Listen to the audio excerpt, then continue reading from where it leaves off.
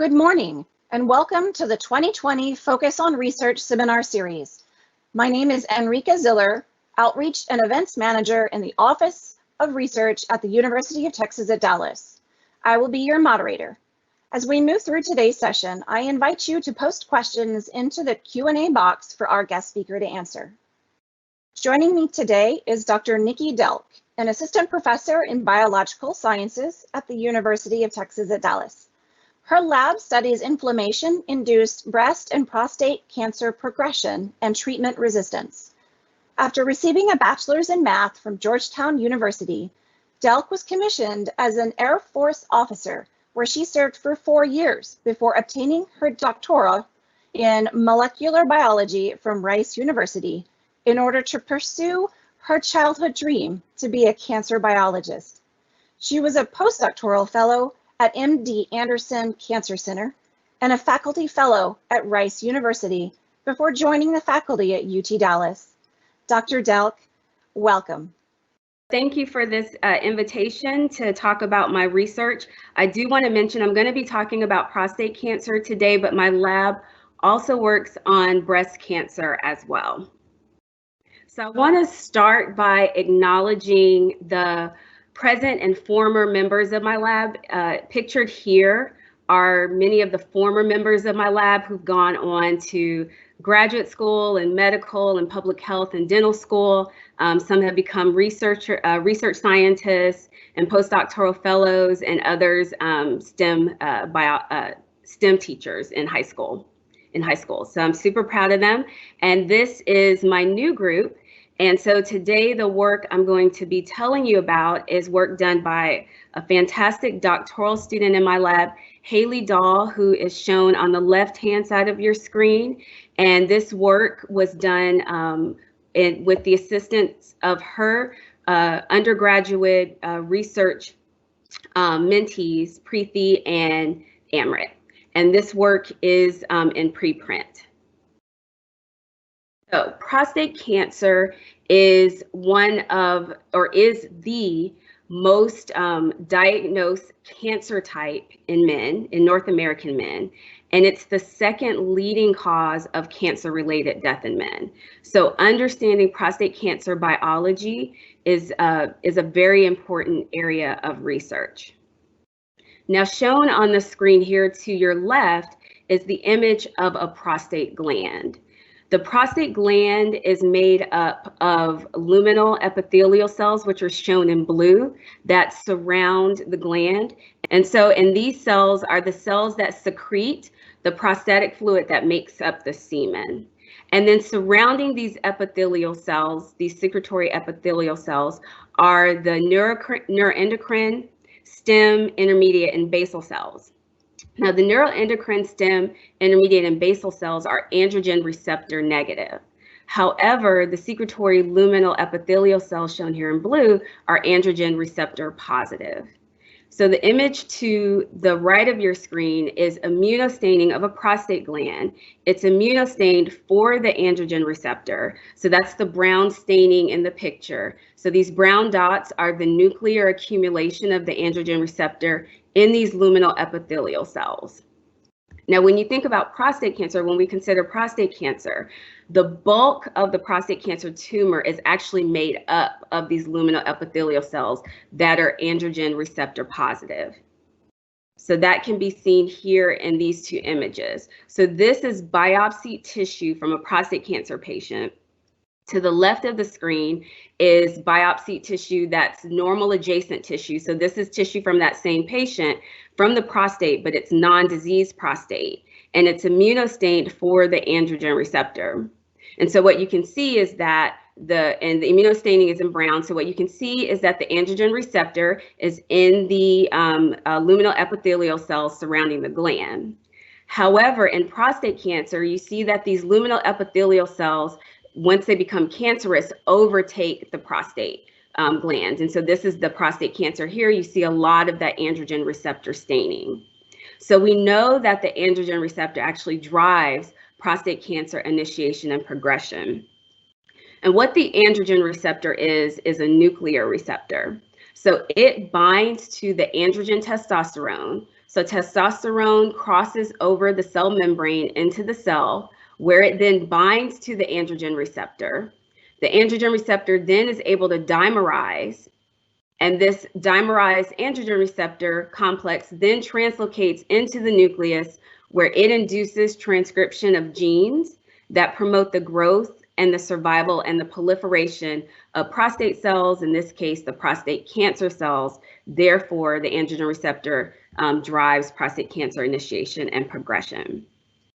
Now, given that we know that the androgen receptor drives prostate cancer initiation and progression, in the clinic, patients are either treated with androgen deprivation therapy. So androgen deprivation therapy can occur either through surgery, so removal of the testes so that the patient no longer will produce androgens like testosterone, or alternatively, you can be treated with chemical castration, so given a drug that will prevent the production of testosterone, thereby preventing the activation of the androgen receptor.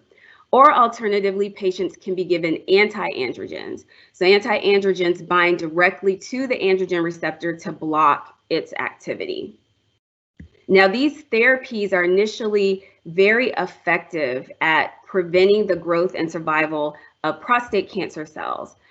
Unfortunately, within about 5 years, a subset of patients, about 10 to 20% of patients, will develop resistance to these therapies, and then their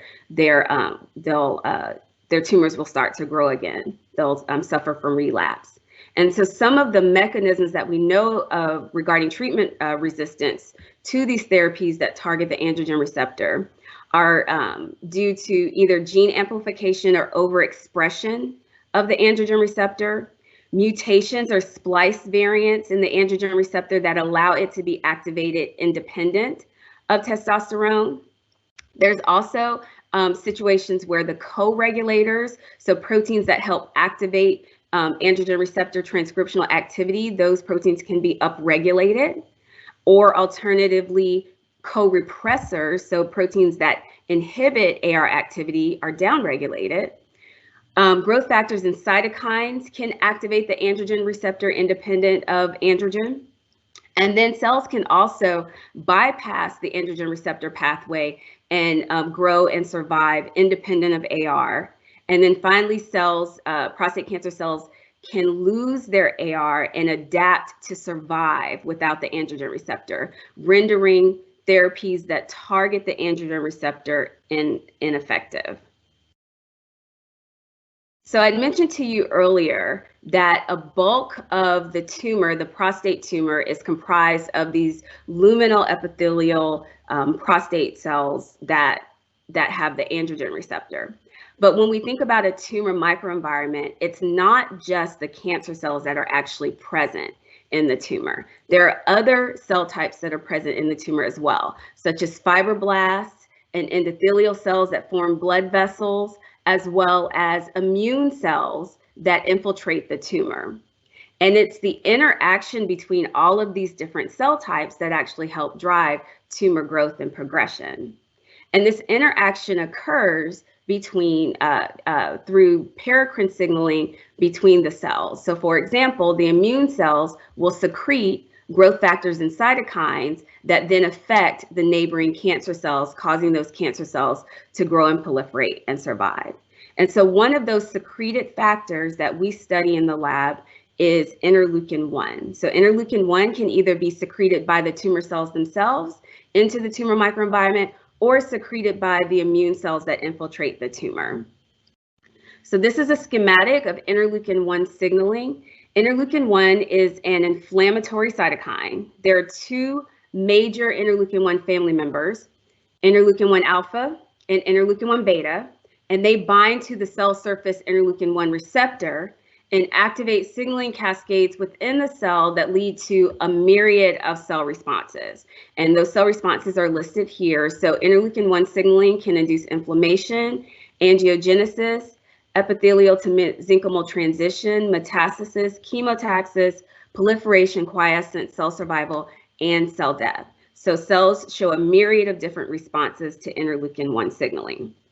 So we looked at what was the effect of interleukin-1 signaling on prostate cancer cells. So we took LNCAP prostate cancer cells, which is a cell line that we work with in the lab, and we exposed them to interleukin-1, either interleukin-1 alpha or interleukin-1 beta for 5 days. The V stands for vehicle control, so this is our control treatment. And we looked at protein accumulation of a protein called PARP. So cleavage of PARP indicates that a cell is undergoing apoptosis or cell death. And we see here that in the presence of interleukin-1 alpha or interleukin-1 beta, there's an increase in this PARP cleavage and turnover. So that's telling us that the cells are undergoing apoptosis or cell death. And we can see that here with crystal violet staining. So this is cells that are grown in cell culture. So the blue staining is staining for cells that are attached to the plate. And you can see in the presence of interleukin-1 alpha or interleukin-1 beta, a 5-day treatment, we have a lot less cells that are still attached to the plate. So this tells us that these cells are undergoing apoptosis. So in this case, interleukin-1 is inducing cell death of the prostate cancer cells. However, you'll notice by looking at the crystal violet staining that all of the cells aren't dead. There are some cells that are still attached to the plate. There's a subpopulation of cells that survive. So when we look at protein accumulation of androgen receptor in those cells that survive, we notice that the androgen receptor is gone. So these are cells that potentially are adapting AR-independent pathways in order to survive because they've lost their androgen receptor. PSA is an AR target gene. So I mentioned that the androgen receptor is a transcription factor that induces transcription of genes. One of its target genes is PSA, or prostate-specific antigen. So this is a protein accumulation of prostate-specific antigen, and you can see when you don't have AR, as expected, PSA would not be there. And then SOD2 is superoxide dismutase. This is a canonical IL-1 induced gene. So we see protein accumulation of SOD2. This is an experimental control to let us know that the cells are indeed sensitive to IL-1 and responding to IL-1 when we see accumulation of SOD2. So again, here we have prostate cancer cells treated acutely, treated for 5 days with IL-1. Most of the cells undergo apoptosis, but the cells that survive lose their androgen receptor, lose androgen receptor activity, and show sensitivity to IL-1 signaling.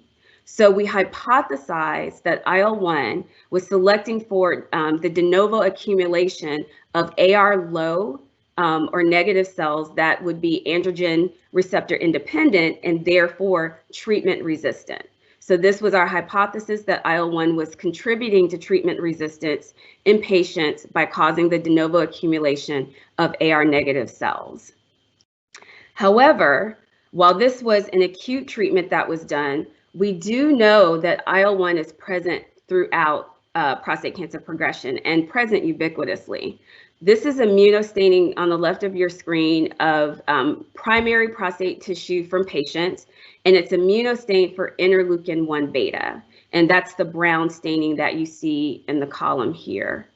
So as the Gleason score increases, so Gleason score is a way of grading a tumor. So the higher the Gleason score, the more advanced the prostate cancer is. So as the Gleason score increases, you get an increased number of patients that have high intensity staining of IL-1 beta. So we know that IL-1 signaling or IL-1 accumulation increases in the tumor microenvironment as the prostate cancer progresses. And then this group also looked at bone metastases from prostate cancer patients and found that in all of the bone metastases, interleukin-1 beta was present. Prostate cancer preferentially metastasizes to bone. So given that we saw that the acute effect of IL-1, and given that IL-1 is present throughout prostate cancer progression and present ubiquitously, we wanted to see, well, what happens if we expose prostate cancer cells to interleukin-1 for a longer period of time, so longer than a few days. And so that's what's shown here. That experiment is shown here. This is a Western blot looking at protein accumulation of the LNCAP prostate cancer cells treated with vehicle control, interleukin-1 alpha or interleukin-1 beta for either 3 days, 1 week, 2 weeks, or 3 weeks. As expected, We see down regulation of the androgen receptor within 3 days of treatment of IL-1 alpha or IL-1 beta. 1 week later, the cells still show down regulation of the androgen receptor. In kind, we see down regulation of the AR target gene, prostate-specific antigen. However, you'll notice at 2 and 3 weeks exposure to IL-1 alpha or IL-1 beta, the androgen receptor accumulation is starting to reemerge, as well as its target gene. So PSA levels are starting to come back up. So this is showing us that the cells are actually losing sensitivity to IL-1 over time. And we see this at the level of mRNA as well. This is qPCR looking at mRNA levels of prostate-specific antigen, which is an AR target gene. And again, this is cells treated with vehicle control, IL-1 alpha or IL-1 beta, for either 3 days, 1 week, 2 weeks, or 3 weeks. And outlined here in the red boxes, you can see that PSA mRNA levels start to go back up after 2 or 3 weeks exposure to IL-1 alpha or beta. And we see that for other AR target genes as well. So KLK2 is another AR target gene. It goes up as the cells lose sensitivity to IL-1 over time, as well as NKX 3.1. The levels start to reemerge as the cells lose sensitivity to interleukin-1 over time.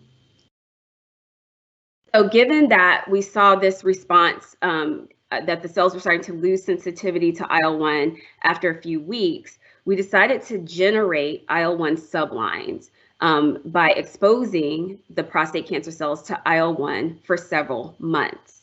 So here's our model. We've got prostate cancer cells that we expose to IL-1 acutely. So this is for a few days. And as I just showed you in the data, most of the cells are going to die when they're exposed to interleukin-1 because it's cytotoxic. But there's a subpopulation of cells that survive.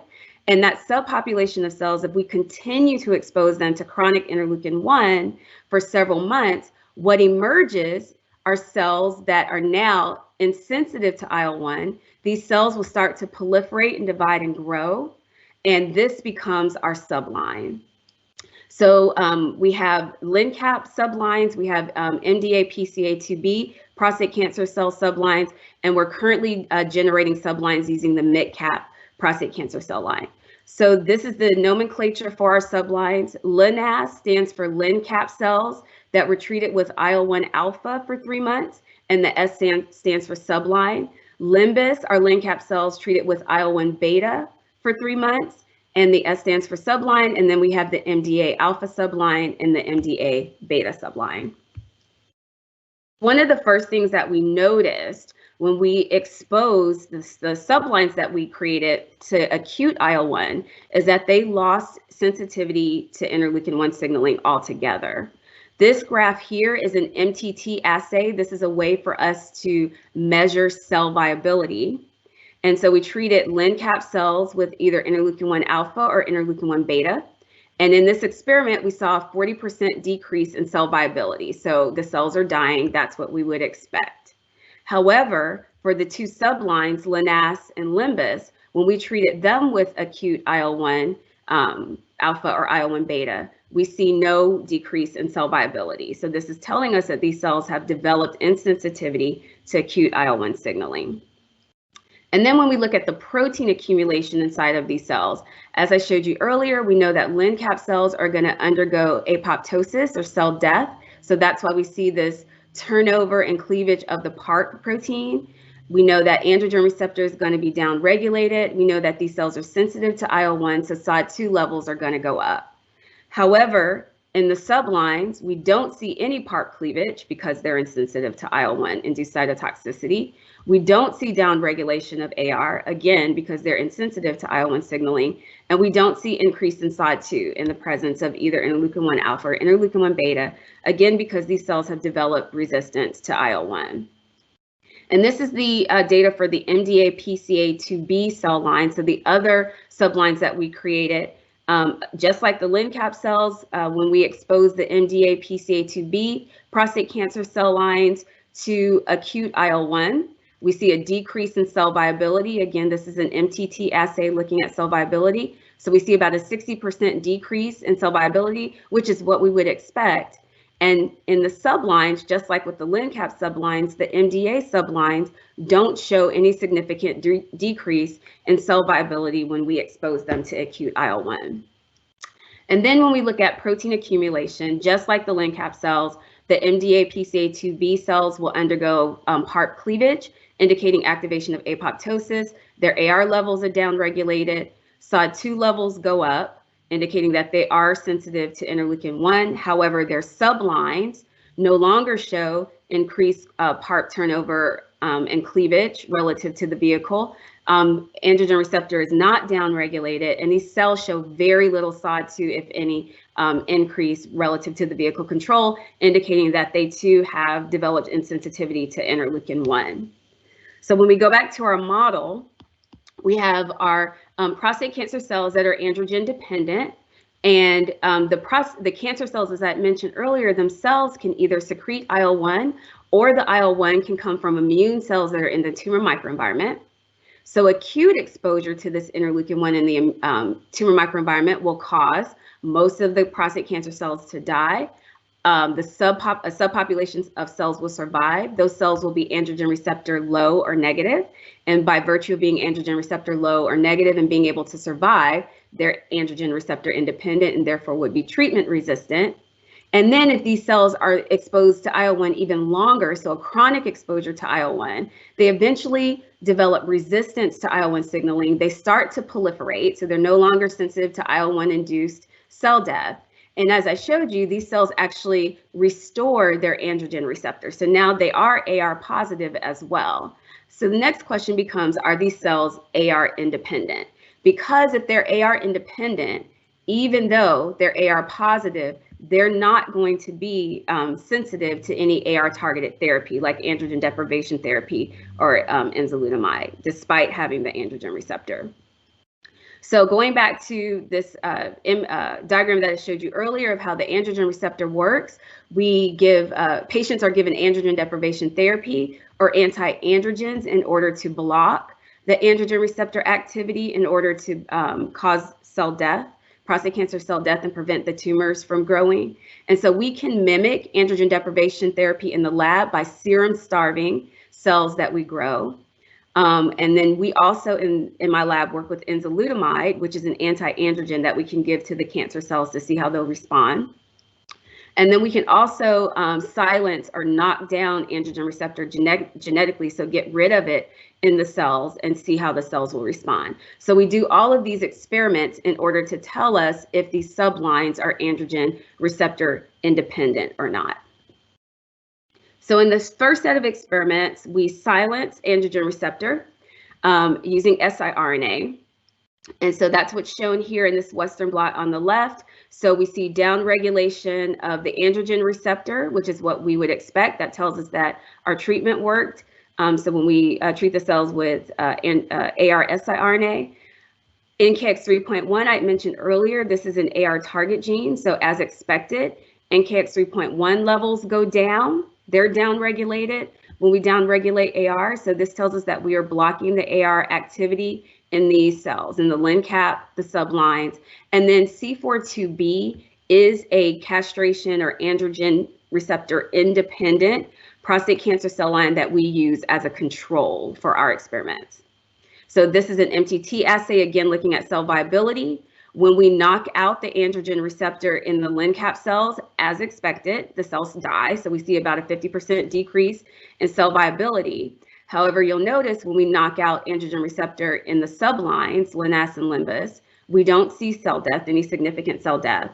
And in our C4-2B positive control, which we expect, these are androgen receptor independent cells, we don't see a decrease in cell viability. So this is telling us, this is a first indication that these sublines are androgen receptor independent. We also did serum starvation to mimic androgen deprivation that a patient would get if they had prostate cancer.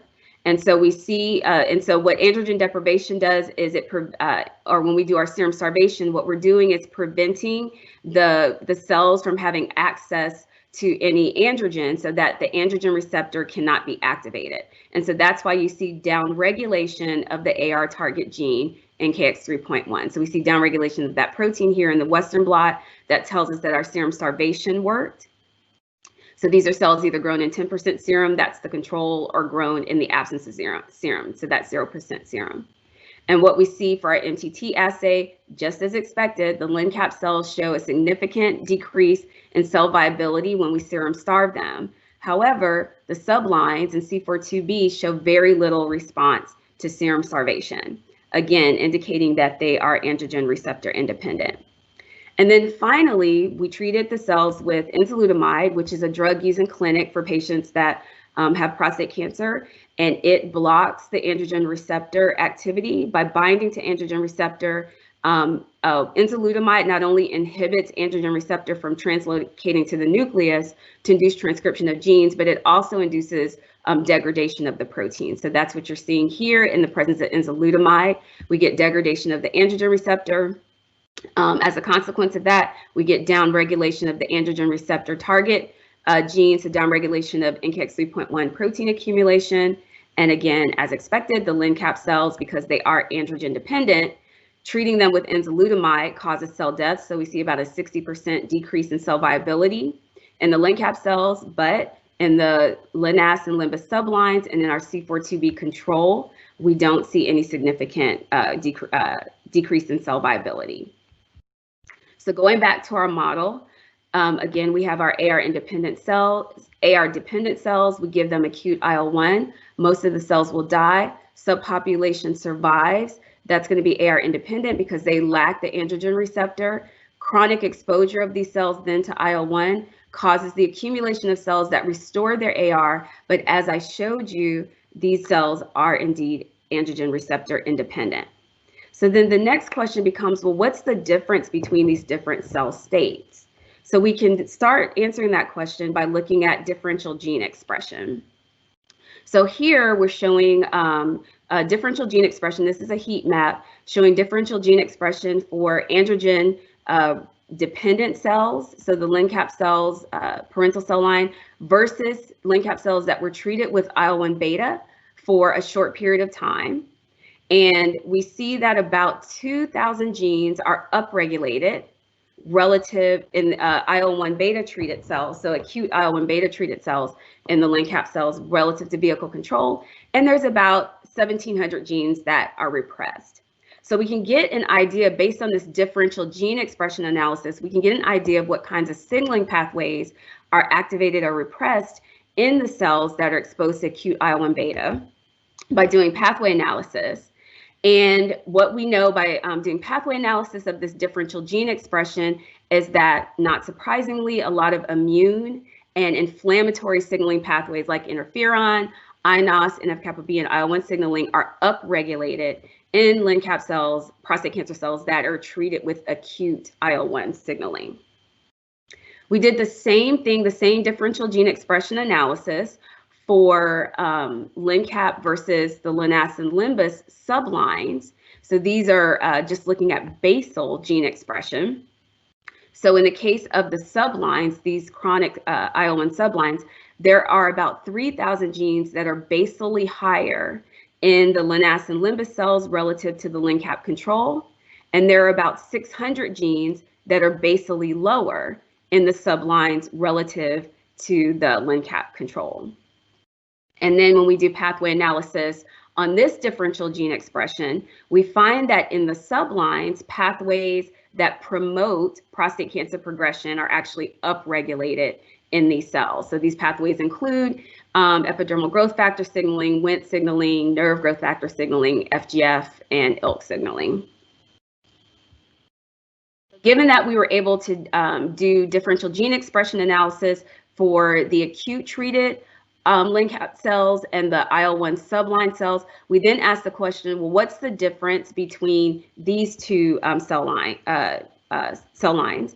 And so we took the differential, we compared those two differentially expressed data sets and did pathway analysis and looked at upstream regulators. So this gives us a sense of what pathways are differentially regulated in cells that would be acutely exposed to IL-1 versus cells that would be chronically exposed to IL-1. And so what we see here is that, not surprisingly, is that pathways that are upregulated, and that's what the green arrows are pointing to, that are upregulated in the LNAS and limbus sublines, these pathways promote androgen receptor signaling. On the other hand, pathways that are upregulated in acute IL-1 treated cells, I have arrows pointing to those pathways in the with the red arrows. Those pathways are pathways that activate inflammatory signaling. So this makes sense because, as I showed you earlier, the LNCAP cells, if we expose them to IL-1 acutely, lose their androgen receptor, whereas the sublines that have been exposed to chronic IL-1 have their androgen receptor. So that's why you would see an increase in AR signaling in those cells. And then the LNCAP cells, when they're exposed to acute IL-1, show an increase in inflammatory signaling, such as molecules such as like SOD2. And we don't see that increase in the sublines. So that, again, is why we see an increase in inflammatory signaling in cells that are treated with acute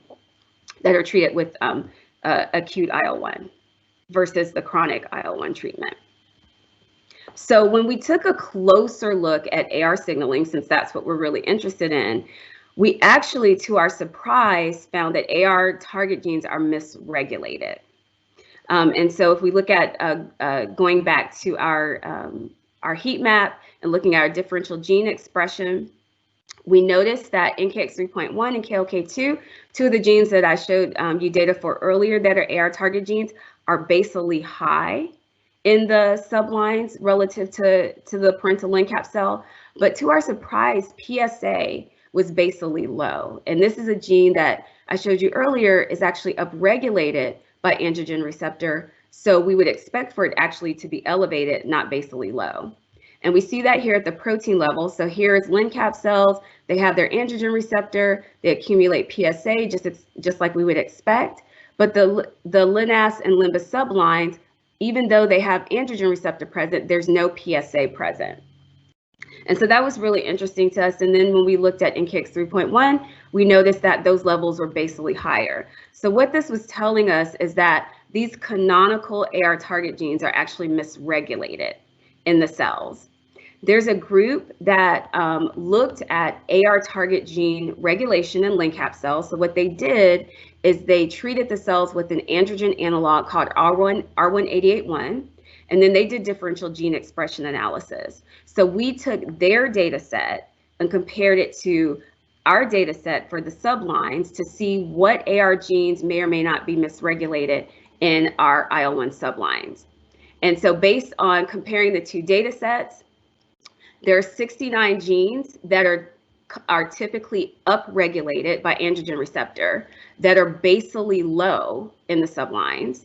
There are 411 genes that are typically upregulated by androgen receptor that are basally high in our sublines, 194 that are typically downregulated by the androgen receptor that are basally low in the sublines, and 393 genes that are typically downregulated by the androgen receptor that are basally high in our sublines. So this is telling us that even though our sublines re-express the androgen receptor, the androgen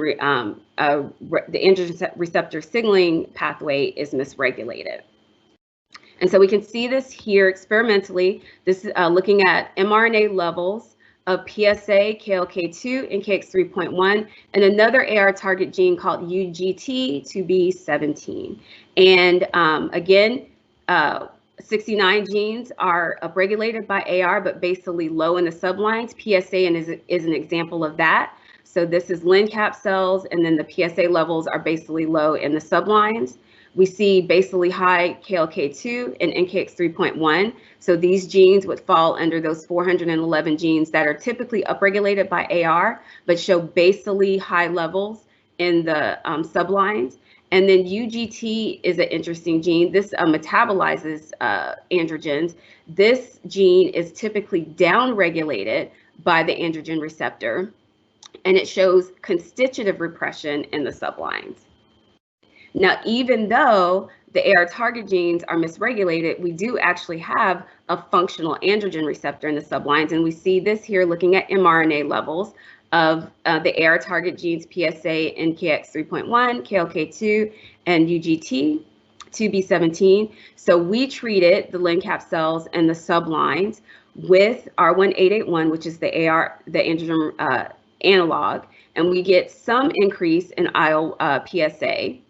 We get increase in NKX 3.1, increase in KLK2, and then down regulation of UGT in response to R1881. So we know that the cells have a functional AR, even though the pathway is misregulated. And then if we knock out the androgen receptor in the sublines, we see down regulation of AR target genes like NKX 3.1, again, telling us that AR is functional. So going back to our model, one of the questions we have that we're going to be investigating is, does this dysfunctional AR signaling actually contribute to the AR independence that we're seeing in these cells? Another question that we're going to be investigating with collaborators at UT Dallas and at MD Anderson and UT Southwestern is investigating if there are epigenetic changes that have happened in these cells. Reason being is because we see that constitutive downregulation of PSA, that tells us that there must be something happening at the chromosomal level, at the chromatin modeling level, that is causing this constitutive repression of genes like PSA and the UGT gene. And so we will be looking at epigenetic changes in collaboration with Taehoon Kim, Xinyu Zhuan at UT Dallas, Nicole Hales at UNT, and Chao Xing and Mohammed Kanchwala at UT Southwestern. Another question that we have about these sublines is, are there proteomic changes that are occurring? So are there differences in protein-protein interactions that could be occurring in these cells leading to their AR independence? One of the important reasons we would want to study this is because these cells, these sublines no longer respond to traditional prostate cancer treatment. We would have to come up with a different therapeutic target, and we can do that by looking at protein-protein interactions. And so we're going to be doing these studies in collaboration with Dwayne Winkler at UT Dallas and Susan Weintraub at UT Health Science Center in San Antonio. And then just lastly, I want to bring you back to this heat map where I showed you the difference between acute IL-1 treated cells and sublines, and bring your attention to tumor necrosis factor. So tumor necrosis factor is a molecule that signals through, it's an inflammatory cytokine. It signals through the same pathway, or a very similar pathway as interleukin-1. And like interleukin-1, tumor necrosis factor leads to very similar cell responses. So we asked the question, are the cells sensitive to TNF-alpha? And it turns out that just like their insensitivity, the sublines being insensitive to interleukin-1, they're also insensitive to TNF-alpha. And we see that here, TNF-alpha causes an increase in SOD2, just like IL-1 would do in the LNCAP cells, but we see very little increase, if any, in the sublines or in our C4-2b control. And then looking at cell death, TNF-alpha, like interleukin-1, causes cell death in LNCAP prostate cancer cells, but has no effect on the sublines or C4-2b. And so that's really interesting, because what it showed us is that these cells that we generated by exposing them to interleukin-1 long-term actually develop resistance to other inflammatory cytokines as well, like TNF-alpha.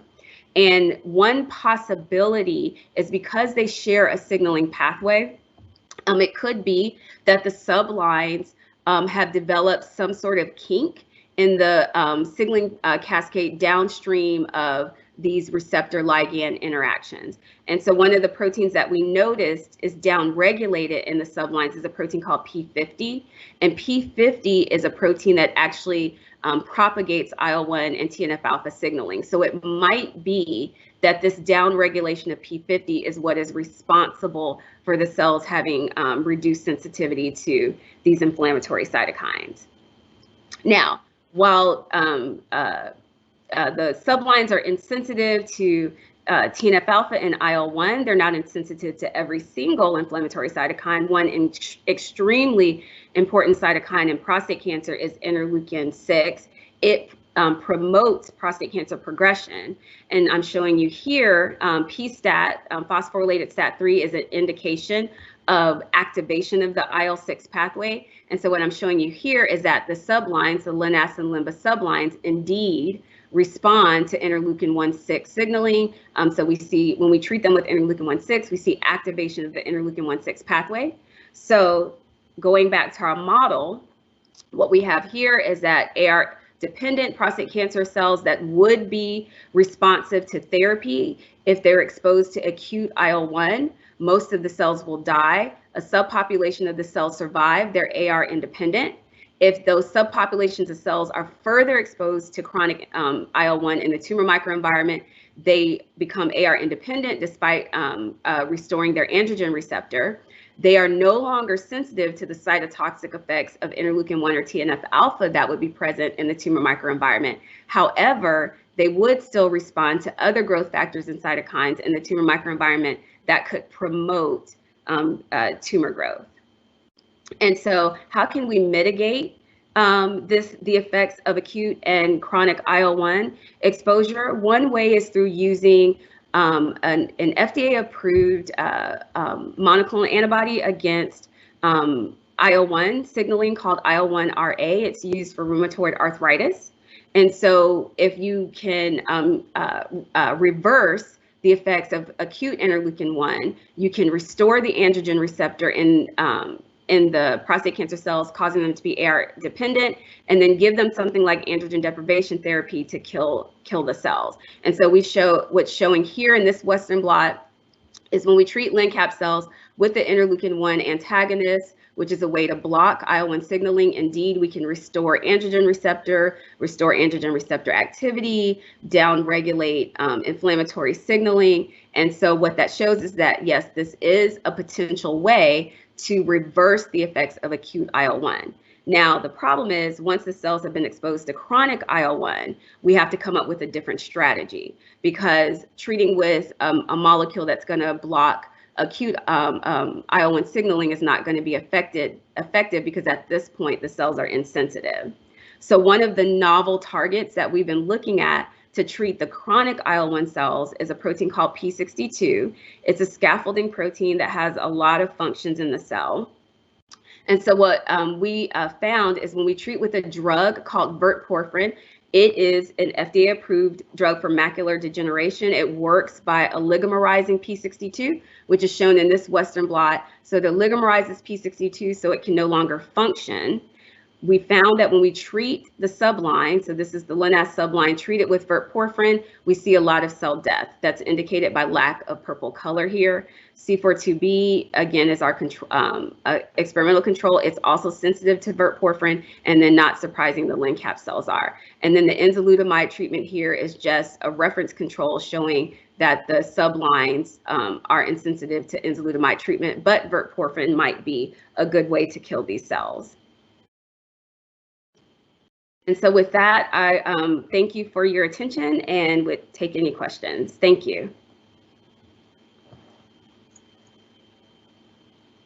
Thank you so much, Dr. Delk. We do have a few questions in the queue. Okay. The first of which is, have you had an opportunity to study what causes inflammation in some males versus others, such as genetics, lifestyle, etc.?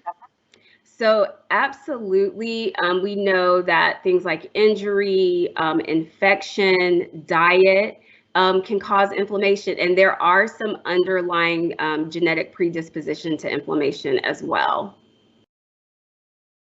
Okay. And then a compliment, great talk, Nikki. Did you ever check to see if your LNAS models start to express AR splice variants?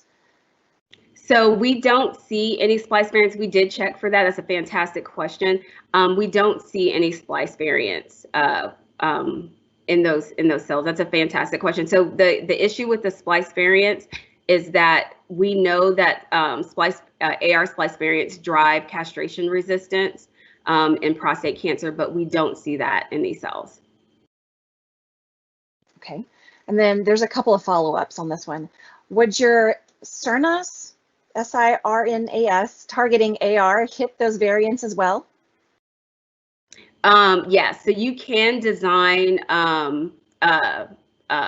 let me back up. Yes, we know that. And the reason we know that is because we do have cell lines. So something called a 22RV prostate cancer cell line that does make a splice variant. And if we treat them with that AR siRNA, it does target the splice variant as well. Okay. And then did you see any evidence of increased NEPC marker expression in your LNS cells? We looked for that and we don't see any canonical markers, no. That was actually one of the, interestingly enough, with the acute treatment, that was something we thought might be the case because the NEPC cells, so this is the neuroendocrine cells, they typically don't express androgen receptor. And so interestingly enough, we don't see neuroendocrine markers in the acute or in the subline cells.